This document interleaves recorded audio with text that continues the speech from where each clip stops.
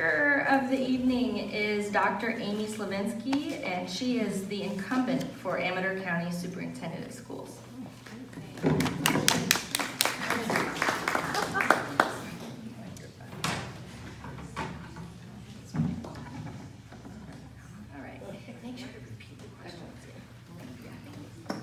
All right, hello everyone. It is my pleasure to be here, and thank you so much to Foothills Rising for having all of us and hosting this really important event today. I'd like to take just a few minutes here at the beginning to share with you about my background, because I think it will help you to really better understand my passion and why it's so important to me that I retain my seat as your county superintendent. So I grew up in the 60s and 70s in the small town of Fair Oaks. You may know where that is, in Sacramento County. I understand and adore living in small communities where everybody knows your name. During my preteen and teen years, I was living in situational poverty with my single mom who was not well, using food stamps for groceries, Medi-Cal stickers, and receiving inferior health care. Because of this experience, I can begin to understand what many of our students experience. In fact, 47% of our students live at or below the poverty line. To help the family, I babysat a lot. But that was okay because I loved children. And I knew that I wanted to be a mom and a teacher from a very early age. As a kid, I also played school a lot. All of this led to becoming a teacher in the public school system at the age of 22. I taught for 10 years, and then I became a principal, both elementary and middle school principal, for a period of 14 years in 4 different schools. It was during my 6 years at one of those schools where I gained significant experience in special education, responsible to supervise, support, and evaluate 6 full-time special education programs. They included mild to moderate classes as well as moderate to severe classes. I was really privileged during those years to have the opportunity to work side by side, arm in arm with some really talented special education teachers. I learned from them. I watched them. I observed them. I attended every IEP meeting. I advocated for them. I supported them as well as all of the parents who had children with special needs. On the personal side, my husband Mike and I have 5 young adult children and an empty nest. After he's done with his day job as a mechanical engineer, Mike is a seasoned gold prospector. In fact, we visited Amador County often, a lot, like weekly, for years before moving here, and you can figure out why.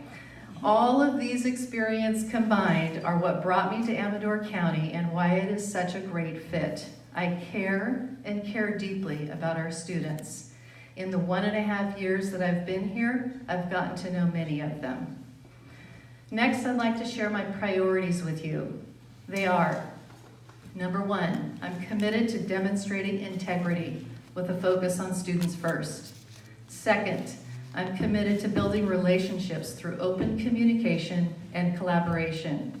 And third, I'm committed to embracing both the history of our community and opportunities for growth. Okay, so what really does that mean? It's a lot of big words, 1, 2, 3. Well, here's what it means to me. When we have tough decisions to make, we stop each time and we say to ourselves, we ask ourselves, whoever is in that room making that tough collaborative decision, is this what's best for kids? And it also means that it really does take a village to raise a child. And for us, it's going to take this entire community. And it is happening through relationship building, building trust, and working together on so many different projects. It's exciting work, and we can do it together.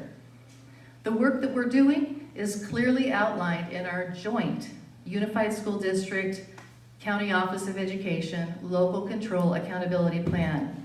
And in that plan, we have 2 big goals. The first one, and definitely the most important one, is to build students' social, emotional wellness and physical health so that they can, in fact, learn. And second is to accelerate learning for all students and close achievement and opportunity gaps. The great news is that we have a positive 3-year trend of growth on the state test in both English language arts and mathematics. And simultaneously, we have some big learning gaps among students from low-income families, which is nearly half our student population, and in the area of mathematics. We're working together to address these gaps in all of our schools.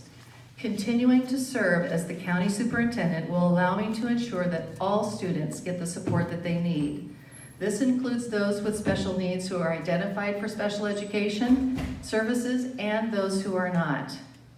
Some might ask, why are you running for county superintendent? Isn't it enough to just be the superintendent of the school district?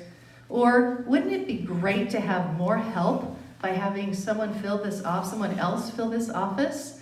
And Steve and I have a great working relationship, so this is not about Steve. Well, I understand that there have been some questions about the existence of 1 or 2 superintendents in Amador County and some confusion about the role of each one. So to help clarify, I prepared some information that is with my other campaign materials in the back. It's the blue handout. So if you're really curious, there's a lot of detail on there. You can check it out and find out exactly how the duties are different and how the duties are similar with the 2 roles. Here's the quick version. I'm the Unified School District Superintendent and have been for 1.5 years. When I was hired, the board gave me several charges. The first was to return our bifurcated or split system back to a unified and cohesive system focused on students. Within 6 months, Mr. Glock resigned his term early and the Board of Trustees appointed me last April as the county superintendent. During the past year, I have been working collaboratively with leaders, teachers, and staff to build systems that will support students, all students, including college and career readiness, career technical education, and so many others. So why not have 2 superintendents? With so much work to do, why not share it? There are 3 main reasons.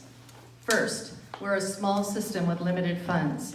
Our budget can't sustain paying 2 superintendents. This would take resources away from our students. Second, it would add more management. And third, 2 chief executive officers creates confusion, alliances, and sometimes even discord. In closing, I want you to know that I greatly respect our whole community and the strengths and uniquenesses of each smaller community within the county. Mike and I bought a home in Jackson 1.5 years ago. We love it here and we want to remain here. Thank you very, very much for welcoming us, and I hope that you'll vote for me again on June 5th, or the first time on June 5th.